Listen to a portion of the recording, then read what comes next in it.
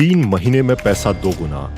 हम सब जानते हैं कि ये पॉसिबल नहीं है, लेकिन दुनिया के सबसे बड़े महाठग ने इसी स्कीम से अमेरिका के हजारों लोगों को चूना लगाया और उनके करोड़ों रुपए ठग लिए। ये शख्स था चार्ल्स पोंजी। इसे ठगों का सरताज माना जाता है और उनके एक धंधे को इसका नाम भी मिल चुका है, पोंजी स्कीम। इसका स्कैम सिर्फ कुछ महीने चला, लेकिन इस दौरान बॉस्टन शहर के लोग इसके दीवाने हो गए। वे दिन भर लाइनों में सिर्फ इसीलिए खड़े होते थे कि पोंजी उनका पैसा अपनी स्कीम में लगा ले। उन्हें पता नहीं था कि पोंजी हर तरह की कमाई के साथ कर्ज में डूब रहा था। ये स्कीम या कहें स्कैम कुछ महीने ही चला, लेकिन इस दौरान पोंजी ने कई मिलियन डॉलर पीट लिए। उसके ऑफिस से हर 10 मिनट पर रुपयों से भरा बैग पास के बैंक में पहुंचाया जाता था। पैसों की अफरात थी जो रुकने का नाम नहीं ले रही थी। फिर मीडिया हरकत में आया। उसने पोंजी का कच्चा चिट्ठा खोलना शुरू किया तो लोग अपने पैसे लेने भागे। उन्हें पैसे कहाँ मिलने थे? अफरा तफरी मच गई। पोंजी को सीधा जेल जाना पड़ा, लेकिन तब तक कई लोगों की जिंदगी भर की कमाई डूब चुकी थी। हजारों लोग बर्बाद हो चुके थे और इसका जिम्मेदार था चार्ल्स पोंजी। उसने अपने ग्राहकों से 20 मिलियन डॉलर का गबन कर लिया, जो आज के हिसाब से कोई 300 मिलियन डॉलर होता है। कौन था ये पोंजी? क्या थी उसकी पोंजी स्कीम और लोग उसके झांसे में कैसे फंसे? ये हम इस वीडियो में जानेंगे। तो आप कुछ मिनटों के लिए आराम से बैठ जाएं और इस वीडियो को आखिर तक देखें। हमारे चैनल को सब्सक्राइब नहीं किया है तो वो भी कर लें और बेल आइकन दबा दें। हम आपको बताते हैं दुनिया के सबसे बड़े ठग का कारनामा।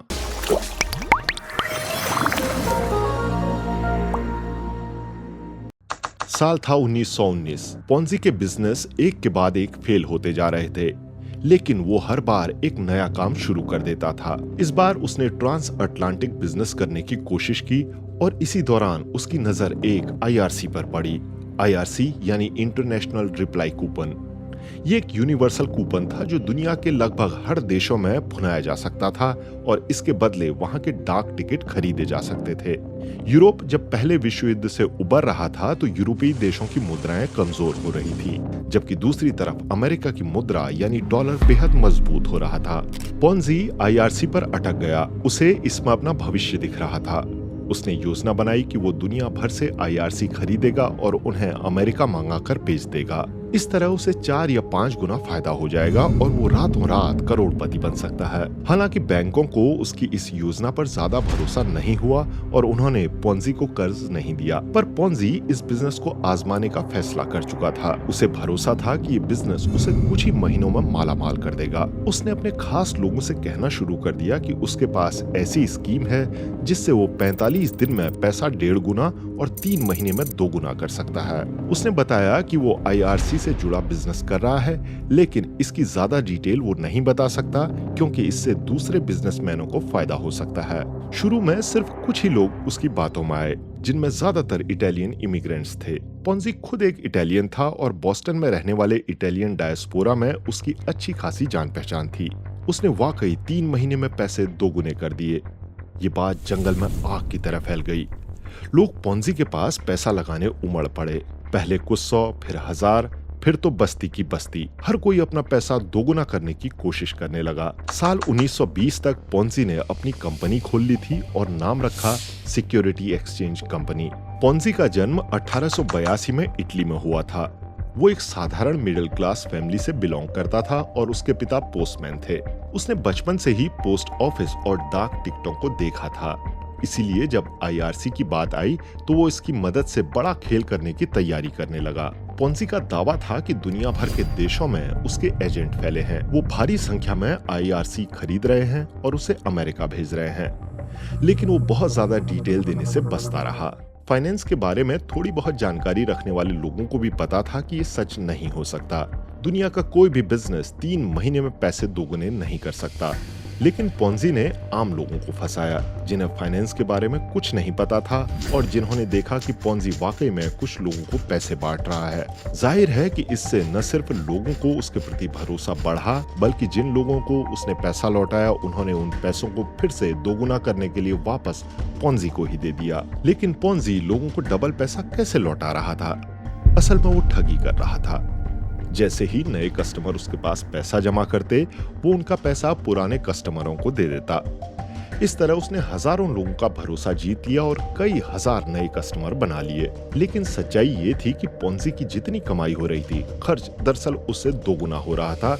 और हर बार जब उसके पास कोई पैसे जमा करता, पोंजी थोड़ा और कर्ज में डूब जाता। पर ऊपर ऊपर वो मुस्कुराता रहता, सिगार पीता, मानो उसने एक शानदार बिजनेस की शुरुआत की हो।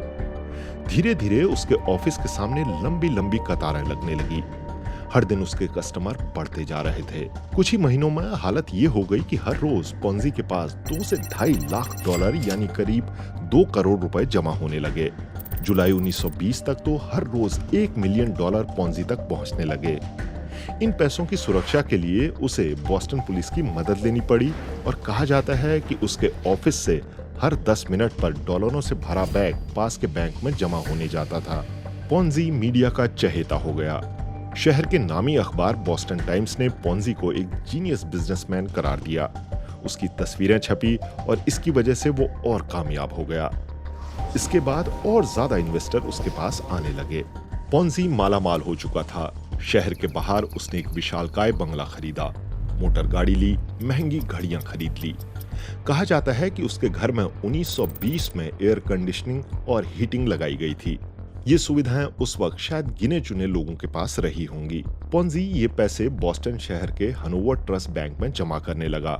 इस बैंक में उसके इतने पैसे हो गए कि वो यहाँ के बोर्ड में शामिल हो गया और बैंक के रेट ऑफ इंटरेस्ट तय करने लगा। उधर उसके कुछ क्लाइंटों ने अपने जीवन भर की कमाई या घर को गिरवी रखकर पैसे पोंजी की स्कीम में लगा दिए थे। लेकिन फाइनेंस के जानकारों और मीडिया को ये बात पच नहीं रही थी कि कैसे कोई आईआरसी खरीदकर पैसे डबल कर सकता है। बॉस्टन पोस्ट ने इस मामले की इन्वेस्टिगेटिव रिपोर्ट तैयार करने का फैसला किया। इस काम के लिए उन्होंने बड़े बड़े फाइनेंस एक्सपर्ट्स की मदद लेने का फैसला किया, जिसमें डाउ जोन्स के मैनेजर क्लेरेंस बैरन भी शामिल थे। इन लोगों के आने के बाद मामला एकदम साफ हो गया। एक्सपर्ट्स ने कहा कि पोंजी झूठ बोल रहा है और लोगों को ठग रहा है। उन्होंने पोंजी की आमदनी को देखते हुए हिसाब लगाया कि इतनी रकम के लिए कम से कम 16 करोड़ आईआरसी खरीदनी पड़ेंगी, जबकि पूरी दुनिया में उस वक्त सिर्फ 27,000 ही सर्कुलेशन में थी। अमेरिकी पोस्ट ऑफिस ने इस बात की पुष्टि कर दी कि इस मात्रा में कभी भी आईआरसी नहीं खरीदे गए हैं। इसके अलावा पोंजी जिन एजेंटों की बात कर रहा था, उनके लिए एक विशाल इंटरनेशनल नेटवर्क की जरूरत थी और वो जितने आईआरसी की बात कर रहा था, उसे संभालने के लिए स्थानीय डाक विभाग को स्पेशल अरेंजमेंट करने होते। इतने आईआरसी को संभालने के लिए टाइटैनिक से बड़े जहाज की जरूरत पड़ती। और सबसे बड़ी बात, अगर पोंजी का बिजनेस इतना तगड़ा है तो वो अपने पैसों को अपने बिजनेस में लगाने की जगह बैंक में क्यों रखता है। अखबार ने बैरन की बातों को आधार बनाकर फ्रंट पेज पर रिपोर्ट छाप दी कि पोंजी फ्रॉड कर रहा है और इसके खिलाफ कार्रवाई होनी चाहिए। लेकिन जो गलत हरकतों से रुक जाए वो पोंजी ही क्या, उसने कानूनी रास्ता अपना लिया। वो चश्मदीदों को खड़ा करने लगा जिन्हें उसने 2 गुना पैसा लौटाया था। उसका धंधा चलता रहा।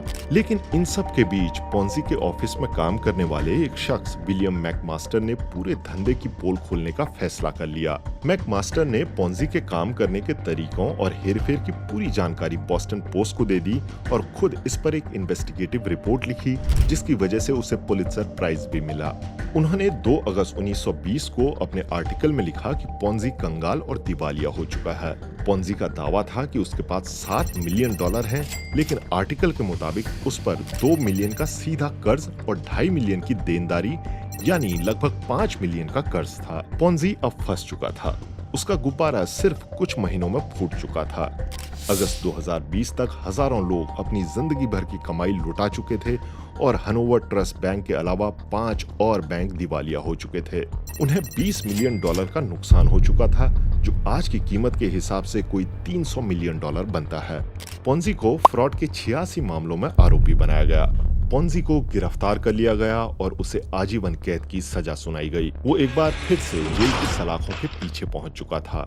एक बार फिर से यानी पोंजी पहले भी जेल जा चुका था? जी हाँ, उसे समझने के लिए थोड़ा पीछे चलना होगा।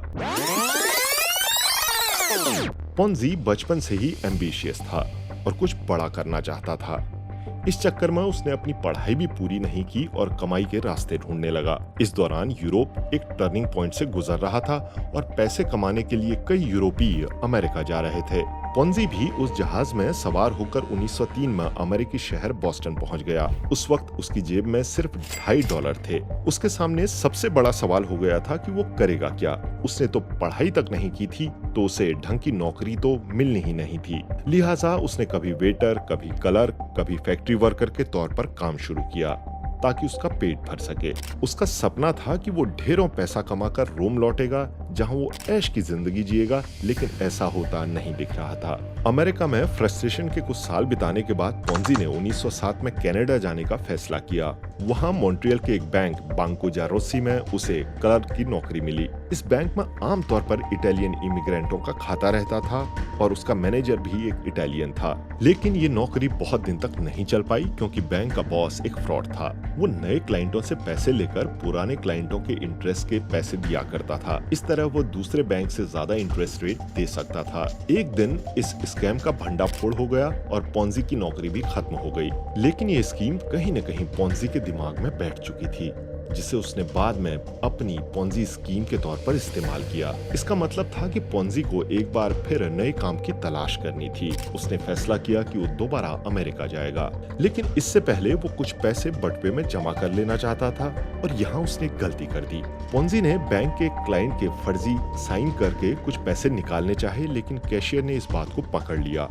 पोंजी पर धोखाधड़ी का मुकदमा हुआ और उसे 3 साल के लिए जेल भेज दिया गया। साल 1911 में पोंजी पैरोल पर रिहा किया गया। अब उसके सामने अमेरिका का सफर था। उसने सोचा कि क्यों न इस सफर से ही कुछ पैसा कमा लिया जाए, और उसने कुछ गैर कानूनी इटालियन इमिग्रेंट से पैसा लेकर उन्हें अमेरिका पहुंचाने का सौदा कर लिया। पोंजी पकड़ा गया और उस पर ह्यूमन स्मगलिंग का केस लगा। उसे दोबारा जेल जाना पड़ा। पोंजी जब जेल से रिहा हुआ तो वो एक बार फिर उसी शहर में पहुंच गया जहां से उसने अमेरिका का सफर शुरू किया, बॉस्टन। यहीं उसकी मुलाकात रोज ग्रेको से हुई, जो उम्र में उससे काफी छोटी थी। दोनों ने 1918 में शादी कर ली। पोंजी ने तय कर लिया कि वो एक जिम्मेदार नागरिक की तरह रहेगा और उसने छोटे मोटे काम शुरू कर दिए। लेकिन जल्द ही उसका मन इन कामों से भर गया और उसने दोबारा कुछ बड़ा करने की सोची, और फिर उसने पोंजी स्कीम लॉन्च कर दी। पोंजी स्कीम में पकड़े जाने के बाद पोंजी को फ्रॉड के 86 मामलों में आरोपी बनाया गया, लेकिन वो किसी तरह सभी मामलों से पल्ला झाड़ने में कामयाब रहा। उस पर सिर्फ एक मामला टिका और जिसके लिए उसे 5 साल की सजा मिली। इतने बड़े अपराध के लिए 5 साल बहुत छोटी सजा मालूम होती है।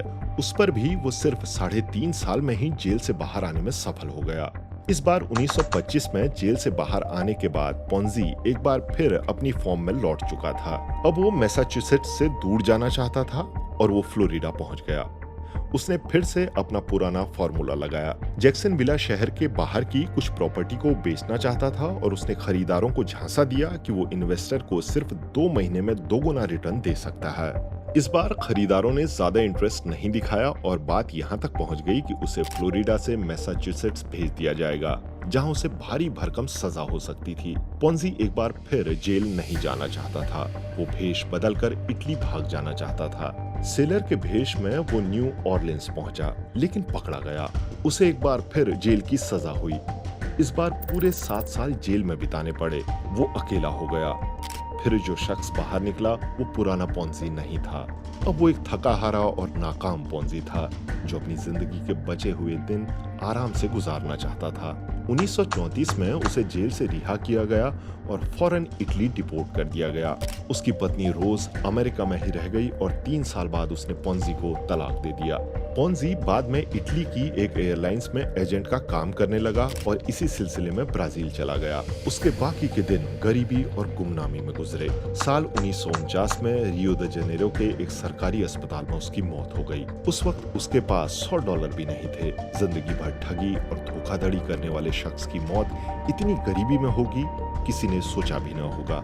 लेकिन पोंजी के जाने के बाद भी उसका नाम अमर हो गया बुरे कामों के लिए। भले ही पोंजी ने दुनिया की सबसे बड़ी ठगी न की हो, लेकिन उसे दुनिया का सबसे बड़ा ठग जरूर कहा जाता है।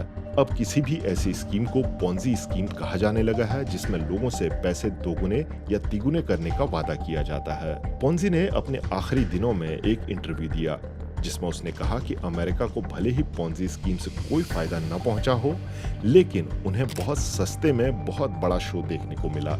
उसका कहना था कि उसने जो काम किया वो 15 मिलियन से कम का न था। ऐसी और स्टोरीज देखने के लिए आप रेड स्पून को सब्सक्राइब करें और बेल आइकन दबा दें।